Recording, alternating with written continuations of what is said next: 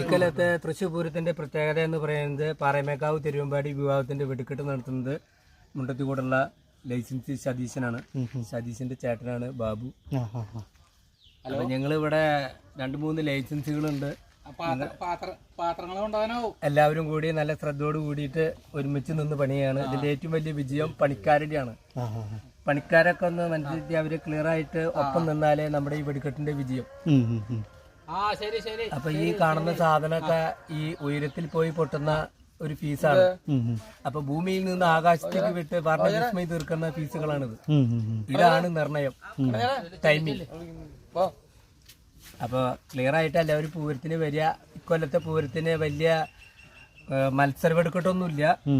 കാരണം രണ്ടും സതീശനായ കണ്ട് സൗഹൃദമായിട്ടുള്ള നല്ലൊരു വെടിക്കെട്ട് എല്ലാവർക്കും പ്രതീക്ഷിക്കാം.